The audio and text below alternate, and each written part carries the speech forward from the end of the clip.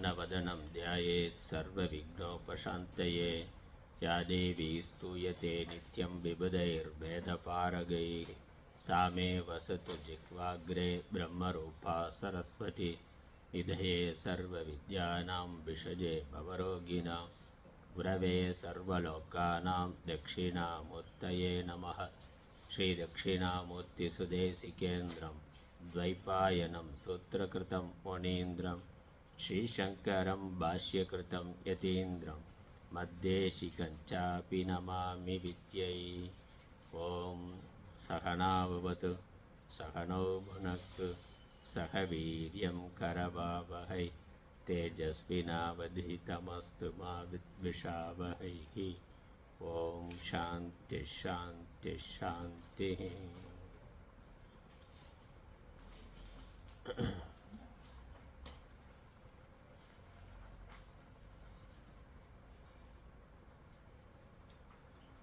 केनोपनिषत् शांति पाठम्।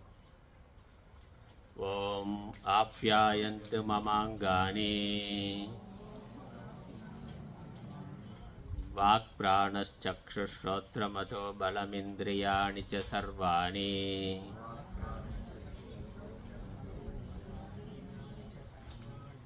सर्वं ब्रह्मोपनिषदम् माहं ब्रह्म निराकुर्याम् मा ब्रह्म निराकरोत्। अनिराकरणमस्तु अनिराकरणं मे अस्तु। तदात्मनि निरतेय उपनिषत्सु धर्मास्ते मयि सन्तु ते मयि सन्तु। ओम शांति शांति शांति।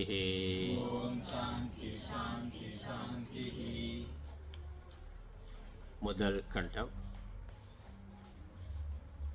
முதல் இரண்டு மந்திரங்கள். ஓம் கேனேஷிதம் பததி பிரேஷிதம் மனஹ கேன பிராண பிரதம ப்ரைதியுக்தஹ கேனேஷிதாம் வாச்சமிமாம் வதந்தி சக்ஷுஸ்ரோத்ரம் கவுதேவோ யுனக்தி ஸ்ரோத்ரஸ்ய ஸ்ரோத்ரம் மனசோ மனோயத் வாச்சோக வாச்சம் சவு பிராணஸ்ய பிராணஹ चक्षुषश्चक्षुरधिमुच्य धीराः प्रेत्यास्माल्लोकादमृता भवन्ति।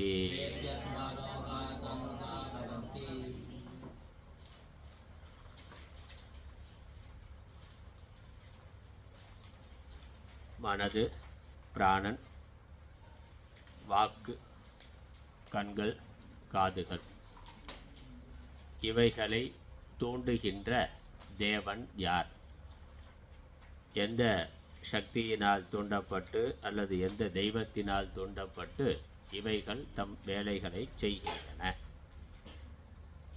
என்பது சிஷ்யனுடைய கேள்வி. அதற்கு குருவினுடைய விடை, அது காதுக்கு காதானது, மனதுக்கு மனதானது, வாக்குக்கு வாக்கானது, பிராணனுக்கு பிராணனானது. கண்ணுக்கு கண்ணானது.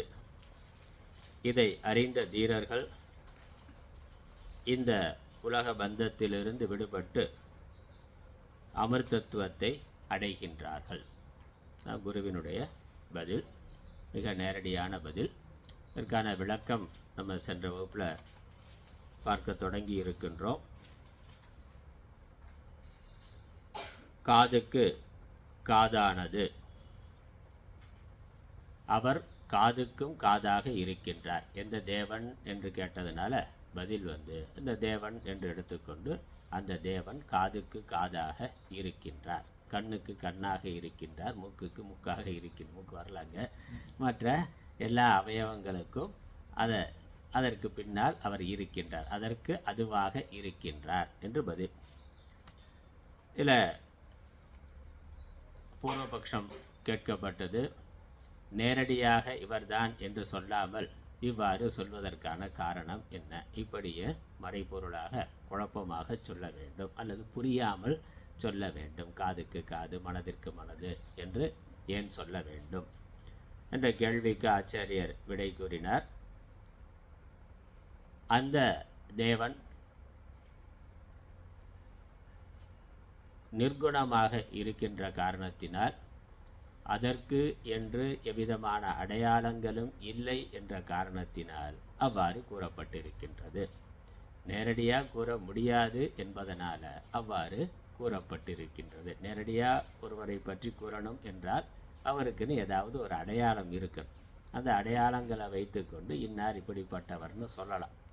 எந்த அடையாளமும் இல்லாதவரை எப்படி சொல்கிறது? இப்போ அதோட தொடர்புடைய ஒன்றை வைத்து கொண்டு தான் சொல்ல முடியும். அப்படி சொல்லுகின்றோம். நம்ம உதாரணங்கள்லாம் பார்த்தோம். கரண்ட்டு இருக்கா இல்லையான்னா, கரண்ட்டு இருக்குது இல்லை, கரண்ட்டு இருக்குதுன்னு எப்படி பார்க்குறது? வேறு கரண்ட்டில் கையை விட்டு பார்க்கலாமா? அதனால் அது கண்ணுக்கு தெரியக்கூடியதாக இல்லை. அதனால் சுவிட்சை போட்டாக்கா லைட் எரியுது, ஃபேன் ஓடுதுனாக்கா மின்சாரம் இருக்கிறது. அது நேரடியாகவே நீ பார்த்து சொல்ல வேண்டியது தானே. இதுக்கு லைட்டை போட்டு பார்த்து லைட் எரிஞ்சாக்கா, லைட் எரிஞ்சால் லைட் எரிகிறது தானே ஒழிய மின்சாரம் இருக்கிறதுன்னு எப்படி சொல்ல முடியும்? மின்சாரம், இந்த விளக்கு எரிகிறதுன்னா அது எரிவதற்கு காரணமாக எந்த ஒரு சக்தி இருக்கோ அந்த சக்தி தான் மின்சாரம். ஆகவே அது இருக்கின்றது. இது எரியறதுனால அது இருக்கின்றது. இதாமது. அதனால் அப்படித்தான் அதை சொல்ல முடியும். நம்ம வேறு எப்படி நேரடியாக காட்ட அறிந்து கொள்ள அது முடியாது. அதே போல தான் இந்த ஆத்ம சக்தியானது அதி சூக்ஷ்மமானதாக இருக்கின்றது. அதற்கு என்ற குறிப்பிட்ட அடையாளம் இல்லாமல் இருக்கின்றது. ஆகவே அவ்வாறு சொல்லப்பட்டிருக்கின்றது. இதன் மூலம் நம்ம தெளிவாக புரிந்து கொள்ள வேண்டியது, அப்படி அதிசூக்ஷ்மமாக ஒன்று இருக்கிறது அப்படின்னு சொல்லிடலாமேனா ஏன் அது காதுக்கு காது, பிராணனுக்கு பிராணன் அப்படின்னு ஒவ்வொரு உறுப்பையும் குறிப்பிட்டு கேட்கணும்? அப்படி சொல்லணும் என்றால் சிஷ்யன் அப்படித்தான் கேட்டான். அதனால் அப்படி குரு சொல்லுகின்றார். ஒன்று. இன்னொன்று, இதற்கு வேறாக ஒன்று இருக்கின்றது. அதுதான் முதல் பதில். நேரடியான பதில் என்னன்னா, நாம் சாதாரணமாக காதால் கேட்கிறோம், கண்ணால் பார்க்கிறோம். பார்க்கிற பொழுது நான் பார்க்கிறேன் என்று நம்ம உணர்கிறோம். அப்படித்தான் அனுபவத்தில் சொல்லுகின்றோம். நான் பார்க்கிறேன், நான் கேட்கிறேன், நான் பேசுகின்றேன், நான் சிந்திக்கின்றேன், நான் சுவாசிக்கின்றேன், நான் உயிரோடு இருக்கிறேன்னா. இப்போ இந்த கண்ணு, காது, மூக்கு இதெல்லாம் எங்கே இருக்குது? உடம்பில் இருக்குது. உடம்பில் இருக்கிறத உடலில் இருப்பதை, உடலினுடைய செயல்பாட்டை என்னுடையதாக வைத்து, உடம்பே நான் என்று வைத்து, உடம்பு பார்க்கிற பொழுது நான் பார்க்கிறேன், உடம்பு கேட்கிற பொழுது நான் கேட்கிறேன். ஏன்னா உடம்பே நான். அதுதான் நமக்கு சாதாரணமான கருத்தாக இருக்குது. அந்த கருத்தை மாற்றி அமைப்பதற்காக, இது தவறான எண்ணம், இது தவறான ஒரு அறிவு. ஆகவே இதை மாற்றி அமைப்பதற்காக, திருத்தி அமைப்பதற்காக குரு அவ்வாறு சொல்லுகின்றார். இது மட்டும் இல்லை, இதற்கு வேறாக ஒன்று இருக்கின்றது. சாதாரணமாக ஒரு விஷயத்தை பற்றிய அறிவு அல்லது ஒரு விஷயத்தை பற்றி சொல்கிற பொழுது நேரடியாக சொல்லலாம், ஒரே படியில் சொல்லிடலாம். அல்லது ஒரு குறிப்பிட்ட சூழ்நிலையில் தவறான அறிவு இருக்கின்ற பொழுது 2 நிலைகளில் சொல்ல வேண்டியது இருக்குது. இப்போ குழந்தை முதல்ல படிக்கிற பொழுது புஸ்தகத்தை கொடுத்தாக்கா, A for apple, B for பால்னா, அம்மா, ஆடு, இலை, ஈ என்று ஒரு படத்தை போட்டு இது என்ன இதுன்னு காட்டுறோம். அப்போ அதுக்கு இது வரைக்கும் அதை பற்றி ஒன்றுமே தெரியாது. அதனால் நேரடியாக இது என்ன பொருள்னு நம்ம சொல்லிடலாம். உபதேசம் ஒரே நிலையில், ஒரே ஸ்டெப்பில் போதுமானது. நேரடியாக இது இந்த பொருள் அப்படின்னு நேரடியாக காட்ட முடியும். இப்போ கயிறு இருக்குது, நம்ம உதாரணத்துக்கு வரணும். கயிறு இருக்குன்னா இது கயிறு, இது பாம்பு என்று முதல்ல பார்க்கிற பொழுது கயிறை காமிச்சு இது கயிறு, இது இப்படி இருந்தால் பாம்புன்னு ஒரே உபதேசம் ஒரே நிலையில் சொல்லிடலாம். ஆனால் ஒரு தவறான அறிவு இருக்கின்ற பொழுது, கயிறு இருக்குது, அதை ஒரு குழந்தை பாம்பாக பார்த்து கொண்டு இருக்கிறது. ஒருவன் பாம்புன்னு நினச்சி பயப்படுறான். குழந்தை அந்த மாதிரி பயப்படுது இல்லை, பாம்புன்னு நினைத்தா ஐயோ பாம்புங்கிறான். அப்போ அதுக்கு என்ன தெளிவுபடுத்தணும்? அங்கே பாம்பு இல்லை என்று முதல்ல தெளிவுபடுத்தணும். அது பாம்பு இல்லை, அதை சொல்லணும். ஏன்னா கயிறு தான் இருக்குது, ஆனால் இவன் பாம்பாக பார்த்து கொண்டு இருக்கிறான். அது தவறான அறிவு. அந்த தவறான அறிவு ஏற்கனவே அதனிடத்தில் இருக்குது, ஒரு கற்பனை பண்ணி வைத்திருக்கு. அப்போ அதற்கு உபதேசம் பண்ணுற பொழுது இது பாம்புன்னு சொல்கிற பொழுது இது கயிறு அப்படின்னு சொன்னாக்கா, இது பாம்புன்னு நான் சொல்கிறேன், இது கயிறுன்னு நீ சொன்னாக்கா வரும். அப்போ முதல்ல என்ன சொல்லணும், இது பாம்பு இல்லை, இது கயிறு அப்படி சொல்லணும். இது பாம்புன்னு கயிறை பார்த்து பாம்புன்னு சொல்கிற ஆள்கிட்ட முதல் நிலையில் அவன் சொன்னது தவறு என்று புரிய வைக்கணும். அதனால் நீ பார்க்கிறது பாம்பு இல்லை, அப்போ என்னது, அது கயிறு. அப்போ 2 நிலையில் அங்கே உபதேசம் தேவையாக இருக்குது. நேரடியாக இது வரைக்கும் ஒன்றுமே தெரியாமல் இருந்தால், எந்த தவறான அறிவும் குழப்பமும் இல்லைனாக்கா நேரடியாக நம்ம சொல்லிடலாம் இதுதான் இதுன்னு. அப்படி இல்லாத பொழுது, தவறான அறிவு இருக்கின்ற பொழுது உன்னுடைய அறிவு தவறானதுன்னு முதல்ல தெளிவுபடுத்திட்டு புரிய வைத்து விட்டு அதன் பிறகு சரியானது எதுன்னு 2 நிலையில் உபதேசம் தேவை இருக்கின்றது. இது மாதிரி இங்கே கண்ணு, நமக்கு சாதாரணமாக என்ன அறிவு இருக்குது, கண்ணு காது இவைகளே நான் என்று நாம் கருதி கொண்டு இருக்கின்றோம், நினைத்து கொண்டு இருக்கின்றோம். நான் பார்க்கிறேன், நான் கண்ணு பார்க்குது, ஆனால் நான் பார்க்கிறேன் அப்படின்னு நம்ம சொல்லுகின்றோம். அதனால் கண்ணு தானாக பார்ப்பது இல்லை, கண்ணு பார்ப்பதற்காக ஒரு காரணம் இருக்கின்றது. கண்ணுக்கு பின்னாடி வேறொரு சக்தி இருந்து அதை பார்க்க செய்கின்றது. அதனால் கண்ணிற்கு வேறான ஒரு ஆற்றலானது இருக்கின்றது, அல்லது ஒருவன் இருக்கின்றான், அவன் கண் மூலமாக பார்க்கிறான். வாஸ்தவமாக நம்ம அப்படித்தான் சொல்லணும். நான் பார்க்கிறேன்னு சொல்லாமல் நான் என் கண்ணால் காண்கிறேன், அப்படி தானே. நான் என்னுடைய கண்ணால் பார்க்கிறேன் அப்படித்தான் நம்ம சொல்லணும். நான் என்னுடைய காதால் கேட்கின்றேன். நான் கேட்கிறேங்கிற பொழுது என்னது, நான் என்னுடைய காதால் கேட்கின்றேன். காது கேட்காமல் போயிட்டால் காது கேட்கலைங்கிறோம், என்னுடைய காது கேட்கவில்லைன்னு சொல்கிறோம். அப்போ நான் கேட்கலைன்னு சொல்கிறதில்ல. அதை காது கேட்கிற பொழுது நான் கேட்கிறேன்னு சொல்கிறோம், கண்ணு பார்க்கிற பொழுது நான் பார்க்கிறேன்னு சொல்கிறோம். அதில் ஏதாவது ஒரு கோளாறு வந்து அது சரியாக வேலை செய்யலைன்னா என்னுடைய கண் தெரியவில்லை, நான் தெரியவில்லைன்னு சொல்கிறது இல்லையே. என்னுடைய கண் தெரியவில்லை, என்னுடைய காது கேட்கவில்லை அப்படி என்று தான் சொல்கிறோம். அப்போ என்னது, நான் பார்க்கிறேன் நான் கேட்கிறேன்னு நம்ம சொன்னாலும் அந்த இடத்துல அர்த்தம் என்னது, என்னுடைய கண் பார்க்கிறது, என்னுடைய காது கேட்கிறது, அல்லது நான் கண்ணால் பார்க்கிறேன், நான் காதால் கேட்கின்றேன், நான் மனதால் சிந்திக்கின்றேன்.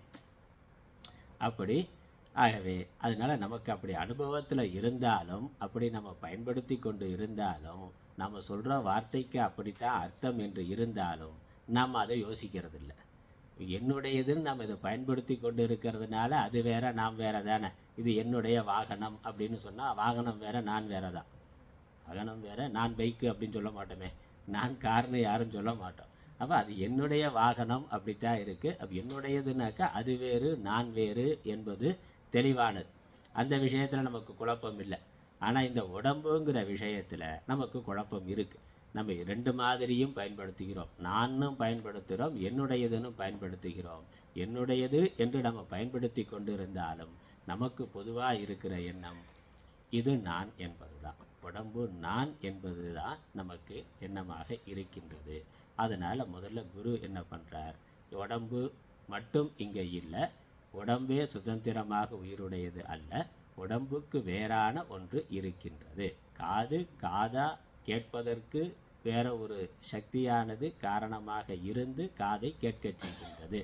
அதனால் அது வந்து காதுக்கு காதுன்னா, இப்போ எந்த ஒரு காது இருந்தால் இந்த காது கேட்குமோ அந்த காது ஒன்று இருக்கிறது. இந்த காதுக்கு வேற இன்னொரு காது, இந்த காதே சுதந்திரமாக கேட்கக்கூடியதல்ல, காதுக்கு வேற இன்னொரு காது இருக்குது. அதே மாதிரி மனசுக்கு வேற இன்னொரு மனசு இருக்குது, பிராணனுக்கு வேற இன்னொரு பிராணன் இருக்குது. அப்படின்னா என்னது, அதை இயங்க செய்கின்ற ஒரு சக்தியானது அதற்கு வேறாக இருக்கின்றது. அதான் இப்படி புரிந்து கொள்ள வேண்டும். அதற்காக உபனிஷத்தினால் நேரடியாக சொல்ல முடியாதுங்கிறதுனால இப்படி சொல்லி இருக்கு. இந்த உறுப்புகளுக்கு, இந்த அவயவங்களுக்கு வேறாக, உடலுக்கு வேறாக ஒரு சக்தி இருக்கின்றது. அப்புறம் அதற்கு இன்னொரு உதாரணம் சொன்னார் ஆச்சாரியர். எப்படி ஒரு வீடு இருக்குது, வீடுனாக்கா பல பொருள்களை அங்கே சேர்த்து வைத்திருக்கிறோம், அது எல்லாமே ஜடப்பொருள்கள். அந்த ஜடப்பொருள்கள் யாருக்காக, அந்த வீட்டில் இருக்கக்கூடிய சேத்தனமான ஒரு ஜீவனுக்காக, ஒரு மனிதனுக்காக. அது தானாக டிவி தானாக ஓடாது, தானாக பார்த்து கொள்ளாது. அதை பயன்படுத்துகின்ற இந்த ஜடப்பொருள்களெல்லாம் சேர்த்து அதை பயன்படுத்துகின்ற ஒருவன் அங்கே இருக்கின்றார். ஒரு வீடு இருந்தால் அதில் அதை பயன்படுத்தி கொண்டிருப்பதற்கு ஒருவன் இருக்கிறான். அதற்கு வேறான ஒருவன், அந்த வீட்டிற்கு வேறான ஒருவன் அவைகளை அந்த பொருள்களை சேர்த்து வச்சு அவைகளை பயன்படுத்தி கொண்டிருக்கின்றார். அதே மாதிரி இந்த உடம்பும் பல அவயவங்களை உடையதாக இருக்குது. கண்ணு, காது, மூக்கு, மனசு என்று எண்ணற்ற உறுப்புகளை உடையதாக இருக்குது. அப்போ ஒருவன் இதற்கு வேறாக இருந்து இவைகளை பயன்படுத்தி கொண்டிருக்கின்றார். அதானே, வீடு இருக்குன்னா வீட்டில் பயன்படுத்தி கொண்டு இருக்கிற மாதிரி, நான் பார்க்கிறேன்னா பார்க்கிற பொழுது நான் பார்க்கிறேன், அப்புறம் கேட்கிறேன்கிற பொழுது கேட்கிற பொழுது நான் கேட்கிறேன். இந்த பார்ப்பவன் கேட்பவன் வேற வேற ஆளானா? எவன் பார்த்தானோ அவன் தான் கேட்கிறான் அல்லது பார்த்து கொண்டே கேட்டுக்கொண்டு இருக்கிறான். அப்போ ஒரு ஆள் தான் அந்த நேரத்தில் அந்த அவயவத்தோடு சேர்த்து அந்த செயலை செய்கின்ற பொழுது செயலோடு சேர்த்து நம்ம அந்த அடையாளப்படுத்தி சொன்னாலும் உள்ளே இருக்கிற ஆள் அதற்கு வேறானவன். அவன் அவை அனைத்தையும் மொத்தமாக பயன்படுத்துகிறான் அல்லது தனித்தனியாக பயன்படுத்துகிறான். இவைகளை பயன்படுத்தாமலும் இருக்கின்றான். கண்ணை மூடிட்டான் தூங்கிட்டான்னாக்கா அது இருக்குது, அவன் வேற எங்கேயோ கனவுல வேற எங்கேயோ இருக்கிறான். இதெல்லாம் பயன்படுத்தாமல் இப்படி வீட்டை விட்டுட்டு ஆஃபீஸ்க்கு போகிற மாதிரி வீடு அங்கேயே தான் இருக்குது. அவன் அதற்கு வேறானவன்னா அந்த இடத்த விட்டுட்டு வேறு இடத்துக்கு போய் அங்கே வேலை பார்க்குறாங்கிற மாதிரி விழிப்பு நிலையில் இதெல்லாம் பயன்படுத்தி கொண்டு இருக்கிறான். கனவு நிலையில் இதை விட்டுட்டு வேறு இடத்துல இருந்து அவன் வேலை செய்கின்றான். வேற ஒன்றாக இருந்து வேற ஒரு கண்ணு, காது அவைகளை வைத்து பயன்படுத்தி கொண்டு இருக்கிறான். ஆழ்ந்த தூக்கத்தில் அதுவும் இல்லாமல் இருக்கிறான். அப்போ என்னது? இவைகளுக்கெல்லாம் வேறாக ஒன்று இருக்கின்றது, அது இதற்கு வேறானது. அப்படி வேறான ஒன்று இருக்குங்கிறத தெரிந்து கொள்ளணும். இந்த இவைகளெல்லாம் தானாக சுதந்திரமாக இயங்கக்கூடியதல்ல, இவைகள் ஜடமானவை. இதற்கு வேறான அது அறிவு பொருள், அது அறிவு, அது சைத்தன்ய ஸ்வரூபம், அது ஞான ஸ்வரூபம், அது சேத்தனம் என்பதை புரிந்து கொள்ள வேண்டும். அதனால் இதற்கு வேறான ஒன்று இருக்குது, வேறான பல இல்லை, இதற்கு வேறான ஒன்று இருக்கின்றது. இது ஜடம் என்றால் அது சேத்தனமாக இருக்கின்றது. அதுக்கப்புறம் அது எங்கே இருக்குது உடம்புலன்னா, கண்ணுக்கு பின்னாடி, கண்ணு பார்க்கிற பொழுது கண்ணுக்கு பின்னாடி இருக்குது. இப்போ காது கேட்குற பொழுது காதுக்கு பின்னாடி இருக்குன்னா உடல் முழுவதும் தொடு உணர்ச்சி இருக்குது, உடல் முழுவதும் நமக்கு நான்கிற உணர்வு இருக்குது.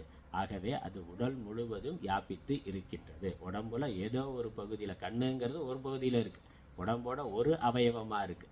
ஆனால் உள்ளே இருந்து அதை உணர்பவன், அதை பயன்படுத்துபவன் உடல் முழுவதும் இருக்கின்றான். சர்வ வியாபியாக உடம்பு முழுக்க எல்லா அவயவங்களையும் வியாபித்தவனாக இருக்கின்றான். இப்போ உடம்புக்கு வேறான ஒன்று இருக்குது, அந்த ஒன்று உடல் முழுவதையும் பயன்படுத்தி கொண்டிருக்கு, உடல் முழுவதும் வியாபித்ததாக இருக்கின்றது. இதான் அறிவு, விவேகம். இதுதான் இது வரைக்கும் நம்ம சென்ற வகுப்பில் பார்த்த விஷயம் இது. அதனால் இதை உணர்த்துவதற்காகத்தான் குருவானவர் அது கண்ணுக்கு கண்ணுக்கு கண், காதுக்கு கான், பிராணனுக்கு பிராணன் என்று சொல்லி இருக்கின்றார். அதுக்கப்புறம் அடுத்த கேள்வி வருது, சிஷியனுடைய பூர்வபக்ஷியினுடைய அடுத்த கேள்வி. அடுத்த வரி படிக்கலாம், அப்புறம் அர்த்தம் பார்க்கலாம்.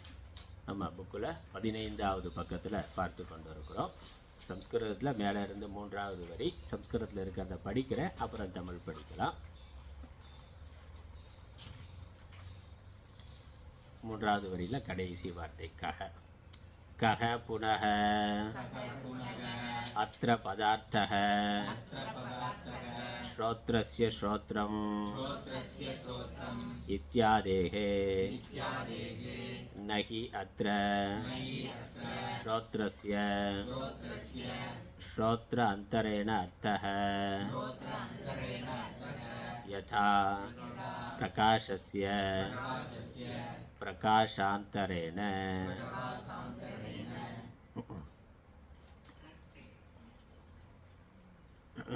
இங்கே கேள்வி என்ன என்றால், இந்த ஸ்ரோத்ரஸ்ய ஸ்ரோத்திரம்னு சொல்கிறது தேவையில்லையேனா? காதுக்கு அதுவாக கேட்கக்கூடிய சக்தி உண்டு, கண்ணுக்கு அதுக்காக பார்க்கக்கூடிய சக்தி உண்டு, வாக்குக்கு அதற்காக பேசக்கூடிய சக்தி உண்டு. அதனால் அதுவே சுதந்திரமாக இயங்கக்கூடிய சக்தி உடையதாக இருந்தால், இருக்கின்ற பொழுது அதற்கு வேறாக இன்னொன்று ஏன் சொல்ல வேண்டும்? எது மாதிரினா, பிரகாசிய பிரகாசாந்தரேன. ஒரு தீபம் இருக்குது, விளக்கு எரிகின்றது, அந்த விளக்கை பிரகாசப்படுத்துறதுக்கு இன்னொரு விளக்கு வேணுமானா? வேண்டியது இல்லையே. ஒரு ஒளி இல்லாத பொருளாக இருந்தால் அது தானாக ஒளிராது. அப்போ அந்த பொருள் இருக்கா இல்லையான்னு தெரிந்து கொள்வதற்கு இன்னொரு விளக்கை வைத்து பார்க்கலாம். விளக்கை பார்க்கறதுக்கு இன்னொரு விளக்கு வேண்டுமானா? வேண்டியது இல்லையே. ஒரு விளக்கை பிரகாசப்படுத்துறதுக்கு இன்னொரு விளக்கு தேவை இல்லை, அது தானே விளங்கும். அந்த மாதிரி உடம்புல எவ்வளவோ அவயவங்கள் இருக்குது, ஆனால் அந்த அவயவங்களெல்லாம் அறிவுடையதாக இல்லை. உடம்புக்குள்ளே எவ்வளோ பொருள் இருக்குது, எவ்வளவோ உறுப்புகள் இருக்கு, அதெல்லாம் அறிவுடையதாக இல்லை. ஆனால் இந்த கண்ணு காது மூக்கு மனது இவைகள் சுயமாகவே அறிவுடையவையாக இருக்கின்றன. தானாகவே கேட்கும் தன்மையுடையதா பார்க்கும் தன்மையுடையதா இருக்குது. அதனால் அதற்கு வேற இன்னொன்றை ஏன் சொல்லணும் அப்படின்னு கேள்வி. ஏன் கண்ணு தானாக பார்க்குது, காது தானாக கேட்குது, மனசு தானாக சிந்திக்குதுன்னு சொல்லக்கூடாது? எதுக்கு இன்னொரு பொருளை கொண்டு வரீங்க? அப்படி தானே நாஸ்திகர்கள் கேட்குறாங்க. இயற்கைவாதிகள் அப்படி தான் கேட்குறான். இயற்கை இருக்குது, பஞ்சபூதங்கள் இருக்குது, அது தானாக இயங்குகின்றது, அதை இயக்குபவன் ஒருத்தர் ஏன் அப்படின்னு கேள்வி வருது இல்லை? அதுக்கு ஏன் தனியாக ஒரு கடவுள் சொல்லணும்? அப்புறம் அந்த கடவுள் எப்படி இயங்குகிறார்னா, அவர் சுயம்பு, அவர் சுதந்திரமாக இயங்குகிறார்னா. கடவுள் சுதந்திரமாக இயங்கினார்னு அதை நீங்கள் ஒத்துக்கொள்கிறாரு, இயற்கை தானாக சுதந்திரமாக இயங்குதுன்னு சொல்ல வேண்டியதானே? கடவுள் உலகம் தானாக இயங்குதுன்னு சொல்லாமல் உலகத்தை ஒருத்தர் இயக்குகிறார், அவர் சுதந்திரமாக இருக்கிறார்னா ஏன் அப்படி அந்த கடவுள் தேவையில்லையே? இயற்கையே சுதந்திரமானது அப்படின்னு சொன்னால் முடிஞ்சு போச்சே. அதுவா அறிவுடையது, அதுவா. ஏன்னா தான் இன்றைக்கி பிரபஞ்ச சக்தி, பேராற்றல் அப்படிலாம் சொல்லிகிட்டு இருக்கான். கடவுளுங்கிற வார்த்தையை சொல்லாமல் அதே சமயம் நாஸ்திகமாகவும் இல்லாமல் ரெண்டும் கேட்டானா நடுவில் பிரபஞ்ச சக்தி. நீங்கள் இந்த தியானம் பண்ணுங்கள், பிரபஞ்ச சக்தி பேராற்றல் உங்களுக்குள்ளே இறங்கும், அப்படி வேலை செய்யும், இப்படி வேலை செய்யும். கடவுளுங்கிற வார்த்தை, ஈஸ்வரனுங்கிற வார்த்தையை சொல்லாமல் சொல்லிகிட்டு இருக்கான். அப்படி நிறைய குருமார்கள். அப்போ தான் எல்லா மதத்தாலையும் சேர்க்க முடியும், உன்னுடைய வியாபாரம் பெருகும், அவ்வளோதான். வெறும் ஈஸ்வரன் சிவன்னு சொன்னால், விஷ்ணுன்னு சொன்னால் இந்து மதத்த ஆள் மட்டும்தான் வருவான். அதனால் வேறு ஆளையும் கூப்பிடணும்னா என்ன பண்ணணும்? பொதுவாக பேர் சொல்லணும். பொதுவாக ஒரு பேர் பிரபஞ்ச சக்தி, பேராற்றல், அது உனக்குள்ளே இறங்குது, இல்லை விண்காந்தம், வான்காந்தம், அந்த காந்தம், இந்த காந்தம், ஏதோ ஒரு சக்தி தான் அப்படின்னு சொல்லிடுறதுன்னு. அப்படி இயற்கையே அந்த சக்தி உடையதாக இருக்குதுன்னு சொல்லலாமே, ஏன் தனியாக ஒரு ஆள் அதற்கு ஒரு கடவுள்னு வச்சு அவர் சுதந்திரமானவர்னு ஏன் சொல்லணும்? இது மாதிரி கண்ணு தானாக பார்க்குது, காது தானாக கேட்குது, மனசு தானாக சிந்திக்குது, பிராணம் தானாக இயங்குது. அதை ஏன் பிரகாசப்படுத்துறதுக்கு இன்னொன்று என்று நீங்கள் சொல்லுகிறீர்கள் அப்படின்னு கேள்வி. ஒரு தீபத்தை இன்னொரு தீபம் பிரகாசப்படுத்துகிறதுன்னு சொல்கிற மாதிரி இல்லை, இது இருக்குது. ஆனால் இதற்கு அந்த சங்கை நம்ம தமிழ் புக்கில் தமிழில் இருக்கிறத பார்க்கலாம். 15வது பக்கத்தில் கீழே சங்கை. இங்குள்ள ஸ்ரோத்ரஸ்ய ஸ்ரோத்ரம் என்ற தாதிகளின் பொருள் தான் யாது? இப்படி சொல்வதற்கான அர்த்தம் என்ன? ஏன் சொல்லணும்?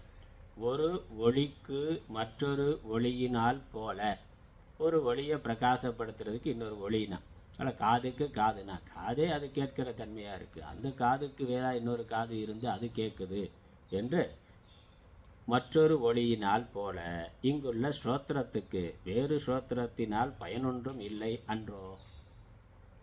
ஒரு லைட்டாக சூரியன் இருக்குது, சூரியன் பிரகாசமாக இருக்கிறார்னா சூரியனை பார்க்குறதுக்கு கையில் ஏதாவது ஒரு டார்ச் லைட் வேணுமானா? இருட்டில் இருக்க பொருளை பார்க்குறதுக்கு டார்ச் லைட் தேவைப்படலாம்.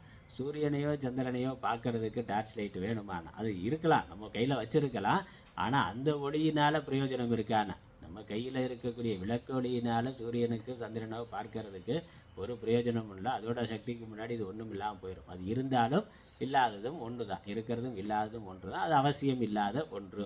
அந்த மாதிரி இந்த காதுக்கு காதுன்னு சொல்கிறா. இன்னொரு இந்த காதே கேட்கிற தன்மை இருந்த உடையதாக இருக்கிறது எனும் பொழுது இன்னொரு காதினால் பயனொன்றும் இல்லையே அப்படின்னு கேட்டா. அதனால் இது கேள்வி. இதற்கு பதில் என்னது? ஆச்சாரியரே இப்படி ஒரு கேள்வி எழுப்பி அதற்கு பதில் சொல்கிறார். உத்தரம் பதில். அந்தఃகரணஸ்ய ந ஏஷ தோஷः அயம் அத்ர பதார்த்தः ஸ்ரோத்ரம் தாவத் ஸ்வவிஷய வியஞ்சன சாமர்த்தியம் திருஷ்டம் தது து ஸ்வவிஷய வியஞ்சன சாமர்த்தியம் ஸ்ரோத்ரஸ்ய சைதன்யே சைதன்யே ஹி ஆத்மஜோதிஷி நித்யே அசம்ஹதே சர்வாந்தரே சதி பவதி ந அசதி இதி. அத்தः ஸ்ரோத்ரஸ்ய ஸ்ரோத்ரம் இத்யாதி உபபத்யதே. பதில் என்ன? இப்படி சொல்கிறது இல்லை, காதுக்கு காதுன்னு சொல்கிறது தேவையில்லாதது அப்படிங்கிறது கேள்வி. அதற்கு பதில் சொல்கிறார், இல்லை இப்படி சொல்கிறதுல ஒன்றும் தோஷம் இல்லை, இது ஒன்றும் குறை இல்லை, இதில் தோஷம் இல்லைன்னா ஏஷ தோஷக, இதில் ஒன்றும் குறை இல்லை. ஏன்னா இங்கே இதனுடைய அர்த்தத்தை நாம் இப்படி புரிந்து கொள்ள வேண்டும் என்று இங்குள்ள ஸ்ரோத்ராதி பதங்களின் பொருள் இதுவாம். காதுக்கு காது என்று சொன்ன அந்த இரண்டாவதாக கண்ணு காதுன்னு இரண்டாவதாக சொல்கிறதுக்கான பொருள் இதுதான். அதாவது என்னது? ஸ்ரோத்ரமோ தனது விஷயத்தை பிரகாசப்படுத்தும் சாமர்த்தியம் உள்ளதாக காணப்பட்டது. காது என்ன பண்ணுது? சப்தத்தை கேட்குது. அதான் விஷயங்களை பிரகாசப்படுத்துறதுன்னா காதுக்கான விஷயம் சப்தம். சப்தம் வர்ற பொழுது காது அதை கேட்டு இந்த சப்தம்னு காட்டுகின்றது. அது அந்த வேலையை செய்யுது. அது கரெக்டு தான், அதில் ஒன்றும் தப்பு இல்லை. நீங்கள் சொல்கிறதெல்லாம் கரெக்டு தான். இது மாதிரி கண்ணு அதற்கான விஷயம், காட்சி, பலவிதமான பொருள்கள், அதை பார்த்து இது என்ன பொருள்னு அறிவிக்கின்றது. ஆனால் காதுக்கு கண்ணுக்கு அந்த சக்தி இருக்குது, அந்த சாமர்த்தியமானது இருக்கிறது என்பது உண்மைதான். அதனால் தோஷம் இல்லைன்ட்டு நீ சொல்கிறது கரெக்டு தான். கண்ணுக்கு காதுக்கு அதுக்கு அதற்கான பார்க்கக்கூடிய கேட்கக்கூடிய சக்தி இருக்கிறது என்பது உண்மைதான், சரிதான். ஆனால் ஸ்ரோத்திரத்துக்கு உள்ள தனது விஷயத்தை பிரகாசப்படுத்தும் அந்த சாமர்த்தியமும்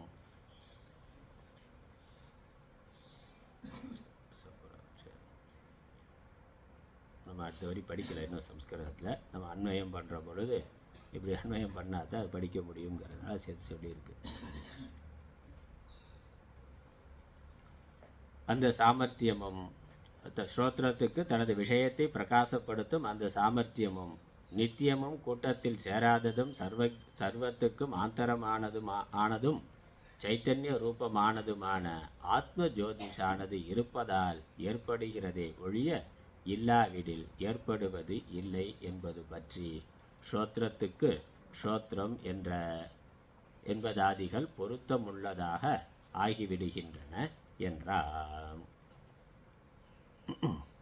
அதனால் இந்த காது பார்க்குது சரி, காது கேட்கிறது சரி, கண்ணு பார்க்கிறது சரி, ஆனால் காது எந்த ஒரு சைத்தன்யம் இருக்கிறதுனால பார்க்கும் தன்மையை பெறுகின்றதோ அது அந்த சைத்தன்யம் இருக்குன்னு காட்டுவதற்காக சொல்லும்.